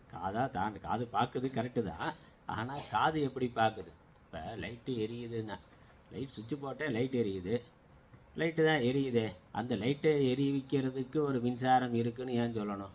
மின்சாரம் தான் கண்ணுக்கு தெரியும், லைட்டு தான் தானாக எரியுது, போட்டால் எரியுது, அவ்வளோதானே. கரண்ட் இருந்தால் லைட் எரியும் நீங்கள் சொல்ல முடியுமா? நான் லைட்டை கழட்டிட்டு போயிடுறேன், கரண்ட்டு மட்டும் இருக்குது, லைட் எரியுதாண்ணா? எரியலையே. கரண்ட்டு மட்டும் இருந்தால் லைட் எரியாது, லைட்டு இருந்தால் தான் லைட்டு எரியும். அப்போ லைட்டு தானே எரியுது, அதனால் லைட்டு தானாக எரியுதுன்னு சொல்ல வேண்டியதானே. இதுக்கு லைட் எரியறதுக்கு ஒரு கரண்ட்டு இருக்குது, கரண்ட்டு தேவைன்னு ஏன் சொல்கிறீங்க அப்படின்னு கேட்டேன். கரண்ட்டு தான் தெரியலையே, கண்ணுக்கு தெரியல, லைட்டு தெரியுது, லைட்டு எரிந்து கொண்டு இருக்கிறது, ஒளிர்ந்து கொண்டு இருக்கிறது, பார்த்தோன்னே தெரியுது. அப்போ லைட்டு எரிகிறது, மின்சாரம் இருக்கிறதுன்னு சொல்ல வேண்டிய அதற்கான தேவை, அதற்கான பயன் ஒன்றும் இல்லைன்னா. மின்சாரத்துக்குனால ஒரு பயன் ஒன்றும் இல்லை, லைட்டு தான் எரியுது, லைட்டு தான் வெளிச்சம் தெரியுது, அதனால் லைட்டு எரிகிறது அப்படின்னு சொன்னால் போதாதானா? லைட்டு எரிகிறது அது உண்மை தான், அதை நம்ம ஒன்றும் மறுக்கலை. ஃபேனு ஓடுது அதுவும் உண்மை தான், அதை நம்ம ஒன்றும் மறுக்கலை. ஆனால் எந்த ஒரு மின்சாரம் இருப்பதால் லைட்டாக இருக்கோ, எந்த ஒரு மின்சாரம் இருக்கிறதுனால ஃபேனாக இருக்கோ, அப்படி ஒரு மின்சாரம் இதற்கு வேறாக இருக்கிறதுன்னு புரிந்து கொள்ள வேண்டும். அதனால் லைட்டு எரியுதுன்னா லைட்டு எரியதற்கு காரணமான ஒரு சக்தி இருக்குது, ஃபேன் ஓடுதுன்னா அதற்கு காரணமான ஒரு சக்தி இருக்குங்கிறத நாம் புரிந்து கொள்ள வேண்டும். அது வேற ஒன்றினுடைய தூண்டுதலால் அது நடக்கின்றது, வேறொன்றினுடைய சக்தியை வைத்துக்கொண்டு அது நடக்குதே ஒழிய சுதந்திரமாக அது நடக்கவில்லை என்பதை புரிய வைப்பதற்காக அவ்வாறு சொல்லி இருக்கிறதுன்னு புரிந்து கொள்ளணும். போன கேள்விக்கும் இந்த கேள்விக்கும் அதற்கான பதிலுக்கும் இருக்கக்கூடிய வித்தியாசத்தை பார்த்துக்கணும், ரொம்ப முக்கியமானது. இந்த மந்திரம் கஷ்டமானது, மந்திரார்த்தத்தை புரிஞ்சு கொள்வது கஷ்டமானது தான். ஏன்னா இதற்கான பலன் என்ன சொல்லியிருக்கு? இந்த அர்த்தத்தை, இந்த மந்திரத்தை, அந்த தேவன் யார் என்று புரிந்து கொண்டாலே ஒருவன் மோட்சத்தை அடைந்து விடுவான்னு பெரிய பலன் சொல்லியிருக்கு. அதனால் இது ஏதோ மற்ற வித்யா மாதிரி, மற்ற கல்வி மாதிரி ஒரு விஷயத்தை கொடுக்கறது இல்லை. இதை புரிந்து கொண்டாலே சம்சார நிவர்த்தின்னு சொல்லியிருக்கு. அது மிகப்பெரிய பலன் சொல்லியிருக்கு. அப்போ மிகப்பெரிய பலனை நம்ம அடையணும்னாக்கா அதற்கான முயற்சி மிகப்பெரியதாக இருக்க வேண்டும். அதுதானே, பெரிய பலன் வேணும் அப்படின்னா அதற்கான முயற்சி பெரியதாக இருக்க வேண்டும். அதனால் இந்த மந்திரத்தோட சரியான அர்த்தத்தை புரிந்து கொள்வதற்கு நம்ம கொஞ்சம் மண்டையை உடைக்கத்தான் வேணும். அதனால் அது பார்க்கலாம். முதல்ல கேட்ட கேள்வி, அதற்கான பதில் என்னது? ஸ்ரோத்ரஸ்ய ஸ்ரோத்திரம்னு சொல்கிற பொழுது காதுக்கு வேறாக ஒன்று இருக்குது என்று உணர்த்துவதற்காக அப்படி ஒரு கேள்வி கேட்டு அப்படி பதில் சொல்லியிருக்கு. ஏன்னா அதை நேரடியாக சொல்ல முடியாதுங்கிறதுனால காதுக்கு காது, கண்ணுக்கு கண், பிராணனுக்கு பிராணன்னு சொல்லியிருக்கு. அப்போ என்னது? காதுக்கு வேறாக இன்னொரு சக்தி இருக்கிறது, ஒரு தேவன் இருக்கிறார் என்று மட்டும் சொன்னால் என்ன ஆகுதாங்க? ஒரு தேவன் இருக்கிறார் அல்லது ஒரு ஆத்மா இருக்கிறது, உயிர் இருக்கிறது, காது இருக்கின்றது. அந்த ஆத்மாவும் அல்லது அந்த தேவனும் காதும் சேர்ற பொழுது இங்கே கேட்டல் என்பது நடக்கின்றது. அதானே முதல்ல சொன்னது. காது தானாக கேட்டது நம்ம நினச்சி கொண்டிருந்தோம், உடம்பே நான் நினைத்து கொண்டிருந்தோம். முதல் புரிதலில் என்ன இருக்குது? உடம்பே நான் இல்லை, உடம்புக்கு வேறான ஒரு தேவன் உள்ளே இருக்கிறார். அவர் பார்க்க செய்கிறார், கேட்க செய்கிறார், பிராணனை இயக்கி கொண்டு இருக்கிறார். ஆனால் உடம்பு இருக்குது, உடம்புக்கு வேறாக ஒன்று இருக்கின்றது. அதை நம்ம முதல்ல புரிந்து கொள்ளுகிறோம். உலகம் இருக்கிறது, உலகத்திற்கு வேறாக ஒரு கடவுள் இருக்கிறார், அவர் உலகத்தை நடத்தி கொண்டு இருக்கிறார். இதை புரிந்து கொள்கிறோம். அதுதான் முதல்ல குரு உணர்த்த முயற்சி பண்ணார். அதான் முதல் விஷயம், முதல் பாயிண்ட்டு அதுதான். இதில் பெரும்பாலானவர்களுக்கு சந்தேகம் இல்லை. ஆஸ்திகர்களுக்கு, கடவுள் நம்பிக்கை இருக்கக்கூடியவர்களுக்கு இந்த வரைக்கும் எந்த சந்தேகமும் கிடையாது. உடம்பு இருக்குது, உடம்பு மட்டும் இல்லை, உடம்பு ஜடமானது, உடம்புக்கு வேறாக ஒரு உயிர் இருந்து உடம்பை இயக்கி கொண்டு இருக்கின்றது. அதே மாதிரி உலகம் இருக்குது, உலகத்திற்கு வேறாக ஒரு இறைவன் இருந்து உலகத்தை நடத்தி கொண்டு இருக்கிறார். இது வரைக்கும் உலகத்தில் 95% பேருக்கு, 99, 98% பேருக்கு சந்தேகம் இல்லை. நாஸ்திகராக இருக்கிறவர் 2-3% மக்கள் தான் அப்படி இல்லைன்னு சொல்லி கொண்டு இருக்கிறார்கள். பெரும்பாலானவர்களுக்கு இந்த கருத்தில் எவ்வித சந்தேகமும் இல்லை. அந்த கடவுள் யார் அப்படிங்கிற பொழுது அதற்கான பேர் வேணால் வேறு சொல்லலாம். பல மதங்கள் இருக்குது, ஒவ்வொரு மதமும் சிவன் தான், விஷ்ணு தான், இல்லை வேறு யாரோ வேறு பேர்களில் இயக்குகின்ற ஒரு சக்தி இருக்குங்கிறத சொல்லுகின்றோம். அதில் சந்தேகம் இல்லை. ஆனால் உடம்புக்கு வேற ஒன்று இருக்கிறது அப்படின்னா சிஷ்யனுடைய கேள்வியே அதானே, உடம்புக்கு வேற என்ன இருக்குங்கிறது தானே. சிஷ்யனே அதை தெரிஞ்சு தானே கேட்டான். அப்போ அது மட்டுமே ஒரு பதில் அப்படின்னாக்கா அது ஏற்கனவே சிஷ்யனுக்கு தெரிஞ்சது தான். அவனுடைய கேள்வியே அந்த தேவன் யாருங்கிறது தான். அதனால் கண்ணுக்கு வேற ஒரு ஆள் இருக்கிறார்னு சொன்னதோடு முடித்து கொண்டாக்கா அது அவர் சிஷ்யனே தெரிஞ்சு தான் அவர் யாருன்னு கேள்வி கேட்டு இருக்கிறார். ஆனால் அப்படி சொன்னதன் மூலமாக அப்படி வேற ஆள் இல்லை, ஒரு ஆள் இருக்கிறார், ஒரே ஆள் தான் இருக்கிறார். கண்ணு காது மூக்குக்கு பின்னாடி ஒரே ஒரு சக்தி இருக்கிறது, ஒரு ஆள் இருக்கிறாருங்கிற ஒரு அத்வைத்தம், ஒரு உயிர் பொருள், ஒரு சேத்தனம். உடம்பு ஜடமானது, ஒரு சேத்தனமான ஒன்று உள்ளே இருந்து இயக்குகிறதுங்கிற அளவுக்கு புரிய வைத்தது. அடுத்த கேள்வி என்ன வருதுன்னா, அந்த உடம்புக்கு உள்ளே இருக்கக்கூடிய உயிர் அல்லது தேவன் அல்லது ஆத்மா, அதுக்கும் இந்த உடம்புக்கும் இருக்கக்கூடிய சம்பந்தம் என்ன? அதை பார்க்கணும். கடவுள் இருக்கிறார், உலகம் இருக்கிறதுனா கடவுளுக்கும் உலகத்துக்கும் இருக்கக்கூடிய சம்பந்தம் என்ன? உயிர் இருக்குது, உடல் இருக்குன்னா உடலுக்கும் உயிருக்கும் இருக்கக்கூடிய சம்பந்தம் என்னங்கிற கேள்வி வருது. ஏன்னா 2 இருக்குனாக்கா 2 இருக்குன்னு ஆயிடுது. உடம்பு இருக்குது, உயிர் இருக்கிறது, அல்லது ஆத்மா இருக்கிறது, தேவன் இருக்கிறார் அப்படின்னு சொன்னால் தேவன்னு ஒன்று, உடல்னு ஒன்று, 2 பொருள்கள் இருக்கிறது என்று வருகின்றது. நாமளும் அப்படித்தான் நினைக்கிறோம். மரண காலத்தில் உடம்பை விட்டு உயிர் போய் விட்டதுனாக்கா உயிர் தனியாக இருக்குது, உடம்பு தனியாக இருக்கின்றதுன்னு. இப்போ டேபிள் இருக்குது, புஸ்தகம் இருக்குது. டேபிள் எங்கே இருக்குன்னா, புஸ்தகம் எங்கே இருக்குனாக்கா மேஜை மீது புஸ்தகம் இருக்கிறது சொல்கிறோம். மேஜை மீது புஸ்தகம் இருக்கிறதுன்னு சொல்கிற பொழுது மேஜைன்னு ஒரு பொருள் இருக்குது, புஸ்தகம்னு ஒரு பொருள் இருக்குது, 2 பொருள் இருக்குது. ஆனால் அடுத்த படியில் யோசிக்கிற பொழுது இந்த காதுக்கு காதுனா எந்த காது இருக்கிறதுனால இந்த காது கேட்கிறதோ, அதாவது அந்த கேட்கும் சக்தி இருக்கிறதுனால காதானது கேட்கின்றதோ, காது இருக்கிறது, காதுக்கு காது இருக்கிறதுன்னு சொன்ன என்ன அர்த்தம்? கேட்கும் சக்தியாக ஒன்று இருக்கிறது. எந்த ஒரு கேட்கும் சக்தி இருக்கிறதுனால காது கேட்கிறதோ, எந்த ஒரு பார்க்கும் சக்தி இருக்கிறதுனால, எந்த ஒன்று இருக்கிறதுனால கண்ணு பார்க்கிறதோ, அதே மாதிரி பிராணன் மனசு எல்லாத்துக்கும் போட்டுக்கொள்ளணும். அப்போ எந்த ஒன்று இருக்கிறதுங்கிற பொழுது இந்த இடத்துல அதனுடைய சரியான புரிதல் என்னென்னா, எந்த ஒன்று இல்லை என்றால் இது இருக்காதோ. அப்படி எந்த ஒன்று இருக்கிறதால் இது இருக்கிறதோன்னு சொன்னால் இதுவும் இருக்குது அதுவும் இருக்குன்னு ரெண்டுன்னு வந்துடும். அந்த இடத்துல சரியான புரிதல் என்னென்னா, எது இல்லை என்றால் இது இருக்காதோ அப்படின்னு. புஸ்தகமும் இருக்குது மேஜையும் இருக்குன்னா ரெண்டு பொருள் இருக்குது. மேஜை புஸ்தகத்தை மேஜை தாங்கி கொண்டு இருக்கிறது. மேஜை இல்லைன்னா புஸ்தகம் கீழே விழுந்துடும், புஸ்தகம் இல்லாமல் போயிடும்னா. அதனால் புஸ்தகம் ஒன்று மேஜை ஒன்று இருக்குது ரெண்டு இருக்குது அப்படின்னு இல்லை. சரியாக புரிந்து கொள்ளணும்னா, எந்த ஒன்று இருக்கிறதால் இது இருக்கிறதோ, எது இல்லை என்றால் இது இருக்காதோ, அப்படி ஒன்று இருக்கிறதுன்னு காட்டுவதற்காக அது காதுக்கு காதுன்னு சொல்லியிருக்கு. அப்போ இந்த இடத்துல அந்த இரண்டாவது பொருள் எப்படி இருக்குன்னா, வேற அந்நியமாக இல்லை, அதற்கு உள்ளே காரணமாக இருக்கின்றது. எந்த ஒன்று மண் இருக்கிறதுனால பானை இருக்கிறதோ, எந்த ஒரு மண் இல்லை என்றால் பானை இருக்காதோ. இந்த புஸ்தகம் இருக்கிறதுன்னு சொல்கிற பொழுது இங்கே புஸ்தகம் மேஜை மாதிரி ரெண்டு பொருள் கிடையாது, உடலும் உயிரும். ஆதார ஆதேய சம்பந்தம்னு பேர். இது ஆதாரம் தாங்கி கொண்டு இருக்குது, அதன் மேலே இது இருக்குன்னா அப்படி உடலும் உயிரும் இருக்குது. உடம்பு உயிரை தாங்கி கொண்டு இருக்கிறது அல்லது உயிர் உடலை தாங்கி கொண்டு இருக்கிறது அப்படின்னு நம்ம சாதாரணமாக நினைக்கிறோம். ஆனால் இங்கே அதற்கு ஆதாரமாக இருக்கிறதுங்கிற பொழுது அதற்கு உள்ளே அது இருக்கின்றது. அதனால் இது மேஜை புஸ்தகம் மாதிரி கிடையாது. இந்த புஸ்தகம் இருக்கிறதுனா புஸ்தகம் எதுனா என்ன, புஸ்தகத்துக்கான காரணம் என்ன, புஸ்தகத்துக்கு உள்ளே இருக்கக்கூடிய புஸ்தகத்தை தாங்கி கொண்டு இருக்கக்கூடிய பொருள் என்னது, காகிதம் தானே, பேப்பர் தானே. இப்போ எந்த ஒரு காகிதம் இருக்கிறதுனால புஸ்தகம் இருக்கிறதோ அல்லது எந்த ஒரு மரம் இருக்கிறதுனால் மேஜை இருக்கிறதோ அப்படி.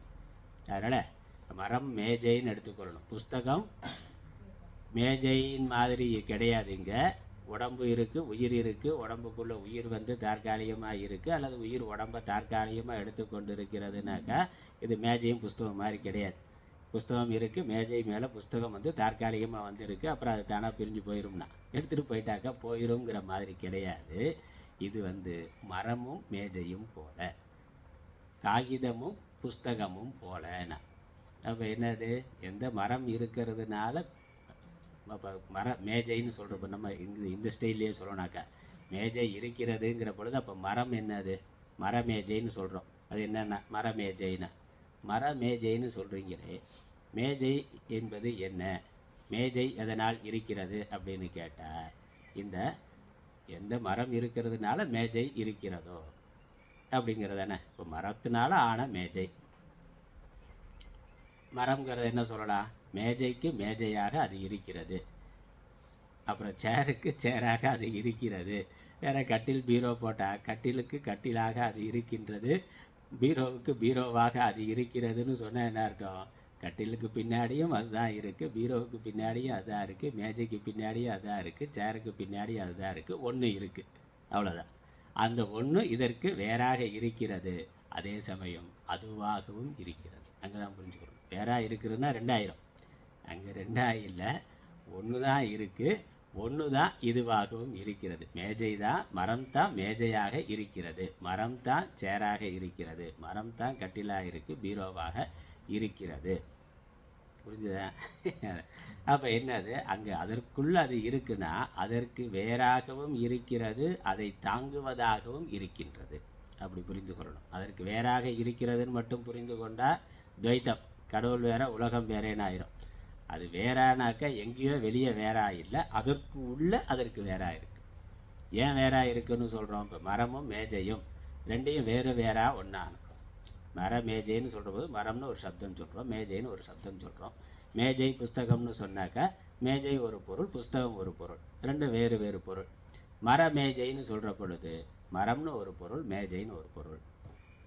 அப்படி சொல்ல முடியுமா? ரெண்டு வேறு வேறு இல்லை, ஒன்று தான்னா. ஒன்று தான்னா ஏன் ரெண்டு வார்த்தை சொல்லணும், மரம் மட்டும் சொன்னால் போதாதா, இல்லை மேஜைன்னு மட்டும் சொன்னால் போதாதா, ஏன் மர மேஜைன்னு ரெண்டு வார்த்தையும் சொல்லணும்? அப்போ ஒன்றுன்னு சொல்ல முடியாது, ரெண்டு அது வேறு வேறேன்னு சொல்ல முடியாது. மரம் மேஜையும் மரமே மேஜை, மேஜையே மரம்னு சொல்ல முடியாது. குழப்புற மாதிரி இருக்கும், வழியில் குழம்பாக புரிஞ்சு சொல்ல முடியாது.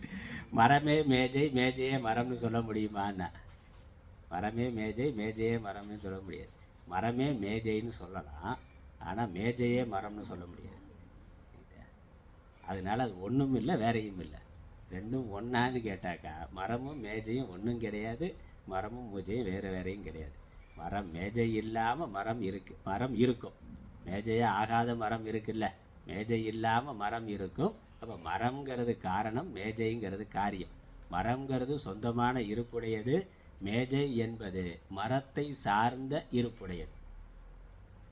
மேஜை இருக்கிறதுன்னு நம்ம வெறுமனே சொன்னாலும், மரத்தை விட்டுட்டு மரத்தையே சொல்லாமல் மேஜை இருக்கிறதுன்னு வெறுமனே சொன்னாலும் அந்த இருப்புத்தன்மை மரத்தை குறிப்பது. மரத்தோட எது ரா மெட்டீரியலாக அங்கே இருக்கோ அதை சேர்ந்தது இருப்புத்தன்மை. அப்போ மரம் மேஜை இருக்கிற பொழுது மரம் இருக்கிறது, மேஜை மரத்தை சார்ந்த இருப்புடையதாக இருக்கின்றது. அதனால் மேஜை இல்லாமல் மரம் இருக்கும், ஆனால் மரம் இல்லாமல் மேஜை இருக்காது. மரம் இல்லைன்னா வேறு ஏதோ ஒரு ரா மெட்டீரியல் இருக்கணும்ல. பிளாஸ்டிக் சேர் இருக்குது, பிளாஸ்டிக் மேஜை டேபிள் இருக்குது அப்படின்னாக்கா, இல்லை வேறு ஏதோ வேறு பொருள்லையும் டேபிள் பண்ணலாம்னா ஏதோ ஒரு மெட்டீரியல் இருக்குது, மேஜைங்கிறது அதன் மேலே ஒரு வடிவமாக இருக்கின்றது. அதுதான் அப்போ என்னது, மேஜைன்னு சொல்கிற பொழுது மேஜை மேஜையாக இருப்பதற்கு எது காரணமாக இருக்கின்றதோ அது மேஜைக்கு வேறானது. அதான் முடிவு. மேஜை மேஜையாக இருப்பதற்கு எது காரணமாக இருக்கிறதோ அது மேஜைக்கு வேறானது. புஸ்தகம் புஸ்தகமாக இருப்பதற்கு எது காரணமாக இருக்கிறதோ அது புஸ்தகத்திற்கு வேறானது. இப்படிதானே? புஸ்தகம் எதனால் ஆனது? பேப்பரால் ஆனது. பேப்பர் புஸ்தகத்துக்கு வேறானது தானே. எல்லா பேப்பரையும் புஸ்தகம்னு சொல்ல முடியாது. புஸ்தகங்கிறது வேறு, பேப்பருங்கிறது வேறு. அதனால் பேப்பருங்கிறது வேறு தான். பேப்பருங்கிறது சொந்தமான இருப்புடையது. இந்த புஸ்தகமாக அந்த பேப்பரானது ஆகி இருக்கின்றது. அதனால் புஸ்தகம் புஸ்தகமாக இருப்பதற்கு காரணமாக ஒன்று இருக்கின்றது, அது புஸ்தகத்திற்கு வேறானது. அதுக்கப்புறம் அதனால் இது 3 நிலைமையில நம்ம புரிஞ்சுக்கணும், 3 ஸ்டெப்பில் புரிஞ்சுக்கொள்ளணும். புஸ்தகம் இருக்கிறதுனாக்கா புஸ்தகம் இருப்பதற்கு காரணமான வேற ஒரு மூலப்பொருள் இருக்குது. புஸ்தகத்தை இதிலேருந்து பண்ணியிருக்கிறோமோ அது இருக்குது. புஸ்தகம் இதிலேருந்து பண்ணோம், பேப்பர்லேருந்து பண்ணோம். பேப்பர் இதிலேருந்து வந்ததுன்னா காகிதம் இதிலேருந்து வந்தது, மரக்கூழ்லேருந்து வந்தது. அதனால் மரத்திலிருந்து வந்தது. புஸ்தகத்துக்கு வேறான ஒரு மரமானது இருக்குது அல்லது ஒரு காகிதமானது இருக்கின்றது. முதல் நிலை. அதனால் புஸ்தகம் இருக்கிறதுனா புஸ்தகம் மட்டும் இல்லை, புஸ்தகத்துக்கு வேறான ஒரு மூலப்பொருள் இருக்கின்றது. அது புரிஞ்சு. புஸ்தகம் இருக்குது, புஸ்தகம் வேற, புஸ்தகத்துக்கு ஆதாரமான மரம்ங்கிறது வேற அல்லது பேப்பருங்கிறது வேறன்னு புரிந்து கொள்ளணும் முதல்ல. அப்புறம் என்னாச்சு, இந்த காகிதம் தான் புஸ்தகமாக இருக்கின்றது. அதனால் வேறேனாக்கா புஸ்தகம் வேற காகிதம் வேறேன்னு 2 பொருள் இல்லை. காகிதம் தான் புஸ்தகமாக இருக்கின்றது. அடுத்த ஸ்டெப்பு. அதுக்கப்புறம் என்ன புரிந்து கொள்ளணும், காகிதம் தான் இருக்குது, புஸ்தகம்னு ஒன்று இல்லை. அப்படித்தானே? மரமேஜைன்னு சொல்கிற பொழுது மேஜை இருக்கிறதுனா முதல்ல மேஜை அடுத்த உதாரணத்து போ, புஸ்தகத்தை விட்டுட்டு மேஜைக்கு போகிறேன். அதே தான் மாற்றி சொல்ல போகிறேன், வேறு ஒன்றும் இல்லை. அதே தான் வேறு மாதிரி சொல்ல போகிறேன், அவ்வளோதான். மேஜை இருக்கிறது அப்படின்னா இங்கே மேஜை தான் இருக்குது அப்படின்னு சொன்னாக்கா உண்மையிலேயே மேஜைக்கான மூலப்பொருள் எது? மேஜை இருக்குது, டேபிள் இருக்குது, சேர் இருக்குது, வேறு என்னெல்லாம் கட்டில் பீரோலாம் இருக்குது அப்படின்னாக்கா கேள்வி சிஷ்யன் கேட்குறான், மேஜையாக இருப்பதற்கு எது காரணம், டேபிளாக இருப்பதற்கு எது காரணம் அப்படின்னு சொல்லி அப்படி ஒன்றுனா கேட்டாக்கா அதுக்கு அவர் குரு சொல்கிறார், எது இருப்பதனால் மேஜையாக இருக்கிறதோ, எது இருப்பதனால் டேபிளாக இருக்கோ வரிசையாக எல்லாத்தையும் போடலாம். அதன் மூலமாக முதல்ல புரிந்து கொள்வது என்னது, இதற்கு எல்லாத்துக்கும் மூலமாக ஒரு பொருள் இருக்குது. First step. அதற்கப்புறம் அப்படி மூலப்பொருள் ஒன்று காரணம், மூலப்பொருளாக காரணம்னு சொல்லலாம், காரணம்னு ஒரு பொருள், காரியம்னு ஒரு பொருள், அப்படி 2 பொருள்னு இருக்குதுன்னு எடுத்துக்கொள்ளலாம். இப்போ குழந்தை இருக்குன்னா குழந்தை எப்படி வந்தது? குழந்தை காரியம். யார்கிட்டருந்து வந்தது? பெற்றோர்கிட்டருந்து வந்தது. அப்போ பெற்றோர் தனியாக இருக்காங்க, குழந்தை தனியாக இருக்குது. பெற்றோர்கிட்டருந்து குழந்தை வந்த பிறகு ஒரு ஆணோ பெண்ணோ அதிலேருந்து ஒரு குழந்தை அடுத்தது வந்துட்டாக்கா காரணம் தனியாக இருக்குது, காரியம் தனியாக இருக்குது. அப்படி தானே? அப்போ 2 பொருளாகிடுச்சு. வீட்டில் அம்மா இருந்தார், குழந்தை இருக்குன்னா அம்மானு ஒரு பொருள், குழந்தைன்னு ஒரு பொருள், காரண காரியம் அப்படியும் உலகத்தில் பார்க்குறோமே. அந்த மாதிரி இங்கே மரம் இருக்குது, மேஜை இருக்குது. இந்த மேஜைக்கு காரணம் மரம் அப்படின்னு சொன்னால் மரம்னு ஒன்று தனியாக இருக்குது, அதுலேருந்து அந்த மரம் குட்டி போட்டு இந்த மேஜை இருக்குது அப்படின்னு எடுத்துக்கொள்ளலாம்ல. நமக்கு உதாரணம் என்னது? பூனை இருந்தது, குட்டி போட்டு பூனை குட்டி வந்ததுன்னா பூனை தனி குட்டி தனின்னா 2 இருக்குது. அது 2 இல்லை 4 குட்டியும் போடலாம், 8 குட்டியும் போடலாம். அதனால் அது அப்படி பன்மை இருக்குது. உலகத்தில் அப்படித்தான் நம்ம பன்மைங்கிறத பார்க்கிறோம். எல்லாம் காரண காரியமாக இருக்கின்றது. அந்த மாதிரி இந்த மேஜை இருக்கிறது, மேஜை காரணம் என்ன அப்படின்னா மரம்னு சொன்னால், ஓ மரம் குட்டி போட்டு மேஜை வந்து குழந்தை எப்படி புரிஞ்சு கொள்ளாமே, மரம் தனியாக மேஜை தனியாக இருக்கிறது, 2 பொருள் இருக்குன்னா, இல்லை மரம் எங்கே இருக்குன்னா இந்த மேஜைக்குள்ளேயே இருக்கின்றது. மேஜைக்கு வேறான மரமானது மேஜைக்குள்ளேயே இருக்கிறது. மேஜை அதனால் மரமே மேஜையாக அப்படி புரிஞ்சுக்கொள்ளணும். அதனால் மரம் இருக்குது மேஜை இருக்கிறதுங்கிறது சரியானதில்லை, மரமே மேஜையாக இருக்கிறது. ரைட்டா? முதல்ல மேஜை தான் இருக்கிறது அப்படி வரணும். முதல்ல மேஜை தான் இருக்கிறது. அப்புறம் கொஞ்சம் ஆராய்ச்சி பண்ணி விவேகம் பண்ணால் என்னது, மரம் மேஜையாக இருக்கிறது. முதல் வாக்கியம் மேஜை இருக்கிறது, மரம் மேஜையாக இருக்கிறது. அப்புறம் ஆராய்ந்து பார்த்தா மரம் தான் இருக்கிறது, மேஜை என்று ஒன்று இல்லை. மரத்தை ஒரு வடிவத்துக்கு கொண்டு வந்தால் அதுக்கு பேர் மேஜைன்னு பேரே வழிய, மரத்தை விட்டுட்டு மேஜைன்னு தனியாக ஒரு பொருள் கிடையாது. மேஜைக்கு தனியான சொந்தமான இருப்பு இல்லை. அதனால் மேஜையாக இருக்கிற பொழுது மரம் தான் இருக்குது. அது மேஜை ஆவதற்கு முன்னாடியும் மரம் தான் இருக்குது. மேஜை உடைந்து போனாலும் மரம் தான் இருக்குது. அதனால் மரம் இருக்கிறது, மேஜை இல்லை. இப்போ முதல்ல சொன்ன பாயிண்ட் என்னது, மேஜை இருக்கிறது. ஆராய்ச்சி பண்ணுறதுக்கு முன்னாடி மேஜை இருக்கிறது. கொஞ்சமாக யோசித்து பார்த்து இதற்கு காரணம் என்னன்னு தேடி பார்த்தாக்கா மரம். அதனால் மரம் மேஜையாக ஆகியிருக்கிறது, மண் பானையாக ஆகியிருக்கிறது, தங்கம் நகை. ஒரே உதாரணமாக சொல்கிறதுக்கு மேலே மாற்றி சொல்கிறேன், இல்லைன்னா மண் பானை தங்க நகைன்னு சொல்லுவோம். அவ்வளோதான், திரும்ப திரும்ப அதே உதாரணம். ஆனால் அதனால் இந்த வகுப்பில் மாற்றி மரம் மேஜைக்கு போயிருக்கேன், அவ்வளவுதான். வழக்கமான உதாரணம் அதுதான். அதனால் மரம் மேஜையாக ஆகி இருக்கிறதுங்கிறது 2வது ஸ்டெப்பு. அதுக்கப்புறம் மரம் தான் இருக்கிறது, மேஜை என்று ஒன்று இல்லை. மேஜைன்னு ஒரு பொருள் தனியாக சொந்தமாக இல்லை, மரம் தான் இருக்கிறது. இப்போ மரம் தான் இருக்கிறதுன்னு வர்ற பொழுது என்னாகும், மேஜை சொல்கிற பொழுது மேஜை வேறு, நாற்காலி வேறு, கட்டில் வேறு, பீரோ வேறு, 4 பொருள். 4 பேர் சொன்னாக்கா 4 வடிவம் இருக்கிறதுனால 4 பேரில் சொல்கிறேன், 4 பொருளாக இருக்காங்க.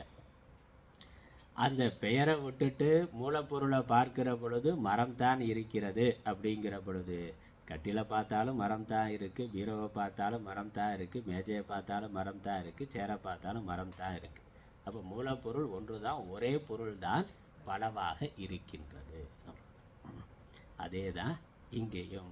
இப்போ கண் இருக்கிறது, காது இருக்கிறது, மூக்கு இருக்கிறது, வாய் இருக்கிறது, மனசு இருக்கிறது, பிராணன் இருக்கிறது அப்படின்னு சொன்னாலும் இதுக்கு பின்னாடி காரணம், இதற்கு காரணம், இதெல்லாம் காரியமாக இருக்குது, இதற்கு காரணமாக ஒன்று இருக்கின்றது. அந்த ஒன்று இத்தனையாக இருக்கிறது. அதனால் இதை முதல் நிலையில் புரிந்து கொள்வது என்னது, இந்த கண்ணு காது மூக்கு நாக்கு இது இருக்கிறன்னா இது மட்டுமே இருக்கிறது, இது மட்டுமே நான்னு நம்ம நினச்சிட்டு இருக்கோம். அது இல்லைங்கிறதுக்கு தான் இந்த உடம்பு இருக்கிறதுனா, உடம்புக்கு வேறாக ஒரு உயிரானது, உடம்புக்கு காரணமாக ஒரு தேவன் இருக்கிறார். அதனால் இது எல்லாத்தையும் சேர்த்து மொத்தமாக கண்ணு காது மூக்கு மனசு பிராணன்னு தனித்தனியாக சிஷ்யன் கேட்டிருந்தாலும் மொத்தமாக கேட்டது என்னது, உடம்பு இருக்குது, உடம்பு இயங்குவதற்கு காரணமாக எது இருக்கிறது கேள்வி. இப்போ உடம்புக்கு வேறாக ஒன்று இருக்கிறது, உடம்புக்கு வேறாக ஒரு தேவன் அல்லது ஆத்மா இருக்கின்றது. முதல் நிலையில் புரிந்து கொள்ளணும். அதுக்கப்புறம் ஆத்மாவும் உடம்பு இருக்குன்னு 2ஆ இல்லை, ஆத்மாவே உடலாக இருக்கின்றது. அந்த தேவனே கண்ணாக இருக்கிறார், அந்த தேவனே காதாக இருக்கிறார், அந்த தேவனே வாயாக இருக்கிறார், மனதாக இருக்கிறார், பிராணனாக இருக்கிறார். அந்த தேவனே ஒரே ஆள் தான் இத்தனையாக இருக்கிறார். அதற்கப்புறம் கடைசி என்னது, அத்வைதத்துக்கு வந்துடணும். அந்த தேவன் தான் இருக்கிறார், இந்த கண்ணு காது மூக்கு இவைகள் இல்லைன்னா, இவைகள் இல்லை. ஏன்னா அது இல்லைன்னா இது இல்லை. அது இருக்கிற வரைக்கும் தான் இது இருக்கும், அது இல்லை என்றால் இது இல்லை. ஆகவே அதுவே இருக்கின்றது. அந்த தேவன் தான் இருக்கிறார். அதனால் அவர் கண்ணுக்கு கண். கண்ணுக்கு கண்ணு சொல்கிறதோட கடைசி அர்த்தம் என்னது, அது இருக்கிறதுனால தான் கண் இருக்குது, அது இருக்கிறதுனால தான் காது இருக்குது, அது இல்லைன்னா இவைகள் இல்லை. ஆகவே அந்த ஒன்றே, அந்த ஒரு தேவனே கண்ணாக இருக்கிறார், காதாக இருக்கிறார், மூக்காக இருக்கிறார், வேற நல்ல அவயவங்கள் இருக்கோ அனைத்துமாகவும் இருக்கிறார். அப்புறம் அது மட்டுமா தான் இருக்கிறார்னா அது இல்லாமலும் இருக்கிறார். ஆனால் மரமே மேஜையாகவும் இருக்குது, கட்டிலா பீரவாகவும் இருக்குனாக்கா அப்போ உலகத்தில் மரமே இல்லாமல் போச்சான்னா இது இல்லாமலும் மரம் மரமாகவே இருக்குது. அது மரம்ங்கிறது எப்பொழுதும் மரமாகவே இருக்கின்றது. அதே மரமே இத்தனையாக தோன்றி கொண்டிருக்கின்றது. அதுதான் அதுதான் இங்கே வேதாந்தம். அதுதான் இந்த பதிலோட தாத்பரியம். அதனால் பாபா இங்கே என்ன சொல்கிறார், முதல்ல கேட்ட கேள்வி இதற்கு வேற ஒன்று இருக்குன்னு புரிந்து கொள்ளணும். ஏன்னா நம்ம தவறான அறிவை என்னது, உடம்பு மட்டும்தான் இருக்குது, அது மட்டும்தான் நான்கிற எண்ணம் நமக்கு இருக்கிறதுனால முதல்ல உடம்பு இருக்குது, உடம்புக்கு வேறாக உடம்பை இயக்குகின்ற ஒரு சக்தி, ஆற்றல், உயிர், தேவன், ஆத்மா இருக்கிறதுன்னு புரிந்து கொள்ளணும். அதற்கப்புறம் அது இருக்குனாக்கா அது தனியாக இருக்குது, இது தனியாக இருக்குன்னு புரிந்து கொள்ளாமல் அதுவே இதுவாக விளங்கி கொண்டிருக்கின்றது. ஆத்மாவே உடலாக, ஆத்மா இருக்கிறதுனால தான் கண்ணு பார்க்குது, காது கேட்குது அப்படின்னா ஆத்மாதான் கண்ணாக பார்க்கிறது. ஆத்மா இருக்கிறதுனால தான் பார்க்குதுன்னா கரண்ட் இருக்கிறதுனால தான் லைட் எரியுது அப்படின்னா என்ன அர்த்தம், கரண்ட்டே லைட்டாக எரியுது இப்படிதானே, கரண்ட்டே லைட்டாக இருக்குது, மின்சாரமே மின் விளக்காக இருக்கின்றது அப்படின்னு புரிந்து கொள்ள வேண்டும். அதற்கான மூலம் அங்கே தான் உபாதான காரணம்னு சொல்கிறோம். ஆத்மா இருக்குது, உடம்பு இருக்குன்னா நிமித்த காரணம் மட்டும் வரும். அப்படித்தான் எல்லா மதங்களும் சொல்லி கொண்டு இருக்கின்றன. அப்படி சொன்னால் அது துவைத்தம். எல்லா மதங்களும் கடவுள் இருக்கிறார், பரலோகத்தில் இருக்கிற பரமபிதா கர்த்தர் அப்படின்னா என்னது, அவர் சிருஷ்டி பண்ணிவிட்டு அவர் அந்த லோகத்தில் இருக்கிறார், அவ்வளோதான். அப்போ என்னது, நிமித்த காரணம் என்பது மட்டும்தான் வருது. நிமித்த காரணம்ங்கிற பொழுது படைக்கப்பட்ட பொருள் தனியாக, அந்த நிமித்த காரணம் கடவுளுங்கிறவர் தனியாக இருக்கும். இங்கே நிமித்த காரணம் மட்டுமல்ல, உபாதான காரணமும் கடவுள் தான். நிமித்த காரணம் உபாதான காரணம்னு ரெண்டு இல்லை. எது நிமித்த காரணமாக இருக்கிறதோ அதுவே உபாதான காரணமாகவும் இருக்கிறதுன்னு புரிந்து கொள்ளணும். மண் இருக்கு, பானை இருக்கிறதுன்னா பானைக்கு பானையை செய்த குயவன் நிமித்த காரணம். பானைன்னு ஒரு வடிவ ஒன்று பார்க்குறோம்னா இந்த பானை எப்படி வந்ததுன்னா யாரோ ஒருத்தர் செஞ்சாது வந்தது. அந்த ஒருத்தர் கண்ணுக்கு தெரியவராக இருக்கலாம், எங்கேயோ இருக்கலாம், யாரும் தெரியாமல் இருக்கலாம். ஆனால் ஒரு பானை இருக்குன்னா பானை எப்படி வந்ததுன்னா பானையை செய்த அறிவுடைய ஒரு மனிதன் இருக்கிறார். அவர் கருப்பா சிவப்பா எப்படி இருக்கிறார், எங்கே இருக்கிறார், யார் அவருன்னு தெரியாது. ஆனால் ஒரு பானைன்னு ஒரு படைக்கப்பட்ட பொருளை பார்த்த உடனே நமக்கு ஏற்படுகின்ற ஒரு புரிதல் என்னது, அறிவு இருக்கிறவனுக்கு, பகுத்தறிவு இருக்கிறவனுக்கு புரிதல் என்னது, இந்த பானையை செய்தவர் ஒருத்தர் இருப்பார், அவ்வளோதான். அதுக்கப்புறம் அந்த பானைக்கான அது நிமித்த காரணம், அப்படி ஒருத்தர் இருக்கிறார்னு புரிந்து கொள்வது. உலகத்தை பார்த்த உடனே உலகம் இவ்வளோ அழகாக இருக்கேன்னா அப்போ உலகத்தை செய்தவர் ஒருவர் இருக்கிறார், புரிந்து கொள்வது. அதுக்கப்புறம் அந்த ஒருவர் அந்த பானையை எப்படி செஞ்சாருன்னா அந்த பானைக்கான மூலப்பொருள்னு ஒன்று இருக்கே, அது மண்ணாக இருக்கலாம், தங்கமாக வெள்ளியாக இருக்கலாம், பஞ்சலோகமாக இருக்கலாம். அப்போ அந்த மூலப்பொருள் உபாதான காரணம். பானைக்கான மூலப்பொருள் உபாதான காரணம். அந்த உபாதான காரணம் அதுவும் ஜடமானது தான், பானை ஜடமானது. அப்போ இந்த அறிவு பொருள் இந்த குயவன் அந்த மண்ணை எடுத்து பானையாக ஆக்கி இருக்கிறார். அப்போ பானைங்கிற ஒரு தோற்றத்துக்கு ரெண்டு காரணம் இருக்குது, ஒரு உபாதான காரணம், ஒரு நிமித்த காரணம். ரெண்டு வேற வேற, ரெண்டு தனித்தனியாக இருக்கின்றது. ஆனால் அந்த மாதிரி இந்த உடம்பு இருக்கிறது, உடம்பு இயங்குவதற்கு காரணமாக ஒரு தேவன் இருக்கிறார். அதே மாதிரி உலகம் இருக்கிறது, உலகம் இறங்குவதற்கு காரணமாக ஒரு தேவர் இருக்கிறார். அவர் நிமித்த காரணமாக மட்டும் இருக்கிறார்னா அவர் தனி, இது தனி, அது தனித்தனியாக இருக்கும். பானையை வாங்கிட்டு வர பொழுது கடைக்காரர் அங்கேயே தான் இருப்பார். நம்ம பொருளை மட்டும்தான் வாங்கிட்டு வரோம். மளிகை ஜாமானை வாங்கினா பொருள் மட்டும்தான் வாங்குற வழியே வியாபாரி அங்கேயே தான் இருக்கிறார். அவர் விற்றவர் மட்டும்தான், அவர் செஞ்சவர் மட்டும்தான். அவர் தனி, இவர் தனி. அதே மாதிரி உலகத்தை படைத்த கடவுள் இருக்கிறார்னா அவர் எங்கேயோ இருக்கிறார், அவரால் படைக்கப்பட்ட உலகம் எங்கேயோ இருக்குன்னு ஆயிரும். அப்போ அந்த உபாதான காரணம் என்ன, அவர் பானையை இந்த உலகத்தை படைத்த கடவுள் படைப்பதற்கான உபாதான காரணத்தை எங்கிருந்து எடுத்தார்னு கேள்வி வருது. அது வேற இன்னொரு லோகத்திலிருந்து எடுத்தார் அப்படின்னு சொல்ல முடியுமாண்ணா? அப்போ அந்த லோகத்தை அவர் எப்படி படைத்தார்னு கேள்வி வருது. உலகத்தை கடவுள் படைத்தார்னா எல்லா உலகத்தையும் அவர் தானே படைச்சிருப்பார். அப்போ அதற்கான அந்த உபாதான காரணம் ரா மெட்டீரியல் என்ன, அதை எப்படி படைத்தாருங்கிற கேள்வி வருது. சாஸ்திரம் என்ன சொல்லுது, இந்த உலகத்தை பொறுத்த வரைக்கும் உபாதான காரணமும் அவர் தான். வேதாந்தம் சொல்கிறது, வேதங்கள் சொல்கிறது இதுதான். மற்ற மதத்துக்கும் நம்ம மதத்துக்கும் இருக்கக்கூடிய பெரிய வித்தியாசம் இதுதான். மற்ற மதத்தில் கடவுள் இருக்கிறார், அவர் எங்கேயோ இருக்கிறார், அவர் கர்த்தர், அவர் படைத்தார், அவர் இந்த உலகத்துக்கு வரவே மாட்டார்ட்டான். அவர் உலகத்தை கடவுளை உலகத்தில் பார்க்கவே முடியாது. நாம தான் அங்கே போய் பார்க்கணுமே வெளியே. அவர் இங்கே, ஏன்னா அவருக்கு உருவமே இல்லைன்ட்டு, அது வேற. கடவுளுக்கு உருவம் இல்லை, நான் அங்கே போனாலும் பார்க்க முடியாது, அது ஒரு பிரச்சனை. இங்கே தான் வரமாட்டாருன்னா நீ அந்த லோகத்துக்கு போன, அவர் உருவம் இல்லாதவர் அந்த லோகத்தில் இருந்தாலும் பார்க்க முடியாதே. அதனால் அது மற்ற மதத்தில் துவைத்த சித்தாந்தத்தில் அப்படி இருக்குது. அப்படி அதில் நிறையா சிக்கல் இருக்குது. பல கேள்விகளுக்கு விடை கிடையாது. உபாதான காரணம் என்ன, எப்படி எடுத்தார், ரா மெட்டீரியல் எங்கேருந்து எடுத்தார் உலகத்தை படைத்ததுக்கு அப்படிங்கிற கேள்விக்கு பதில் இல்லை.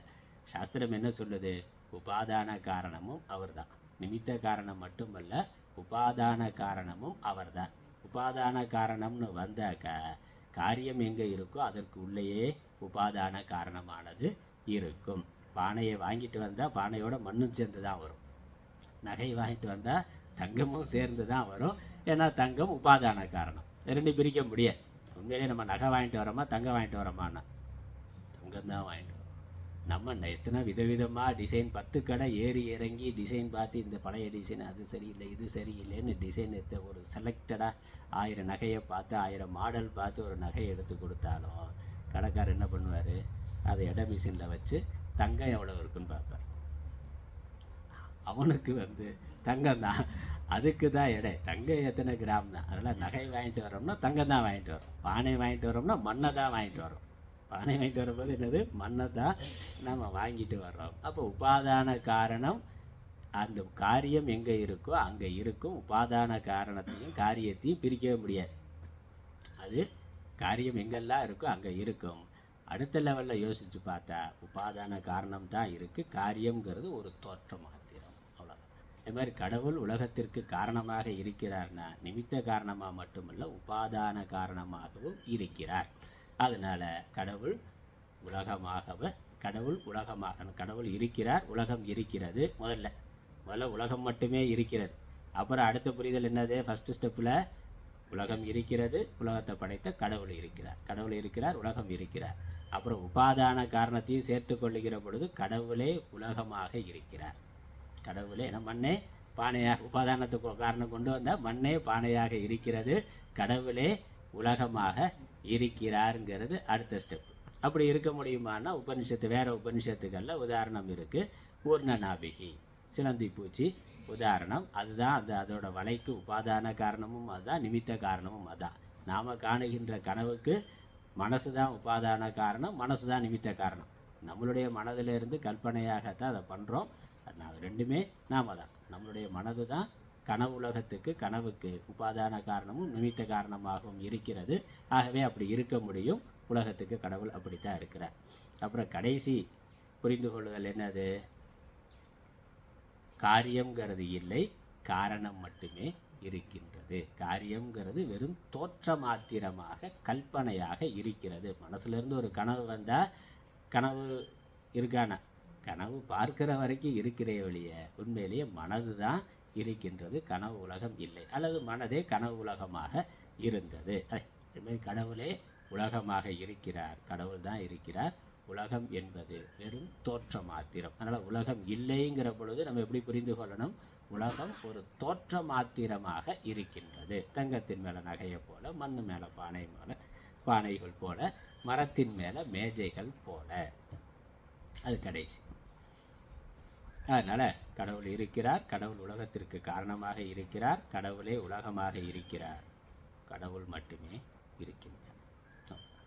இதை யார் புரிந்து கொண்டானோ அப்போ என்னென்னா அதுக்கு மேலே ஒன்றும் இல்லை. கடவுளே இருக்கிறார்னா அதுக்கு மேலே முடிஞ்சு போச்சு. அப்போ நான் யார் கேள்வி வருது. கடவுள்னோ இருக்கிறார்னா நான் யாருனாக்கா ஒன்றும் நான் கடவுள்னு சொல்லணும், அல்லது தோற்றமான தங்க நகையில் நகை யார் அப்படின்னு கேட்டால் நகை தங்கம் தான்னு சொல்லணும்.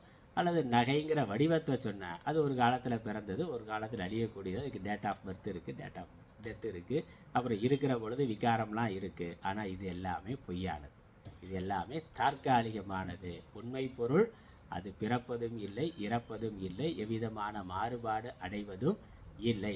தோற்றங்கள் தான் மாறிக்கொண்டு இருக்கின்றன, உண்மை பொருள் மாறுபாடு அடைவது இல்லை. அதனால் நான் யாருன்னு கேட்டால், நான் ஆத்மா என்று ஒருவன் புரிந்து கொண்டால், நான் பிரம்மம் என்று புரிந்து கொண்டால், இந்த உடம்பு கண்ணு காது மூக்கு பிராணன், இந்திரியங்கள் இவற்றை இயக்குகின்ற ஒரு தேவன், ஒரு சக்தி, அதுதான் உண்மை பொருள். அதுவே இவைகளாக இருக்கின்றது, அதுவே இருக்கின்றது, அதுதான் உண்மை பொருள். ஆகவே நான் என்பது அதுதான். நான் அந்த ஆத்மா என்று புரிந்து கொண்டால் ஆத்மாவாகி எனக்கு பிறப்பு இல்லை, இறப்பு இல்லை, அல்லது இந்த உடம்புல இருக்கக்கூடிய குறைபாடுகள் எல்லாம் ஆத்மாவாகிய எனக்கு இல்லை, அது உடம்போட குறைபாடு. மேஜையில் ஒரு கால் உடஞ்சி போயிட்டா அதனால் மரத்துக்கு என்ன குறை? கால் தனியாக இருந்தாலும் மரம் தான், மேஜை மேல் தட்டு தான். அது ஒன்றா இருந்தாலும் தனித்தனியாக இருந்தாலும் மரத்துக்கு ஒரு குறையும் கிடையாது. வடிவத்தில் ஏற்பட்ட பிரச்சனைகள், அவ்வளோதான். அந்த மாதிரி உடம்புல கண்ணு கேட்கல, வயசாகிட்டே போகுது, கண்ணு பார்வை குறைஞ்சிக்கிட்டே போகுது, காது கேட்கறது குறைஞ்சிக்கிட்டே போகுது, இல்லை முழங்கால் மூட்டு வலினா முழங்கால் தேஞ்சு போச்சு அப்படின்னா அது முழங்கால் தான் தேஞ்சு போச்சு இல்லையோ, உள்ளே இருக்க ஆத்மா தேயவில்லை. அதுக்கு ஒன்றும் பிரச்சனை இல்லை. காலை பயன்படுத்திகிட்டே இருந்தால் டேபிள் காலம் கொஞ்சம் தேஞ்சு போகுதுன்னா, குறைஞ்சி போகுதுன்னா, அதே மாதிரி உடம்புல அந்தந்த உறுப்புகளுக்கு ஒரு குறைபாடு வரலாம். அது உறுப்பினுடைய பிரச்சனை. உள்ளே இருக்க ஆத்மா அது பூர்ணமாக இருக்கின்றது. அதனால் உடம்பு தேஞ்சு போய் என்னாச்சு, ஒரு நாள் அவ்வளோதான், அது போய் சேர்ந்துடும். அது போய் சேர்ந்தாலும் அதுதான் மேஜை தான் உடைந்து போகுதே ஒழிய மரம் உடைந்து போகலை. மரம் மரமாகவே இருக்கின்றது.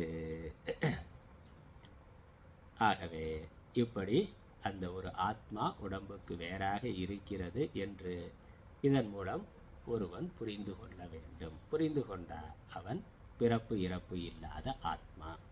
ஆகவே அப்படி புரிந்து கொள்வது தான் அமிர்தத்துவம்னு அடுத்த வரி பதில் சொல்லுது.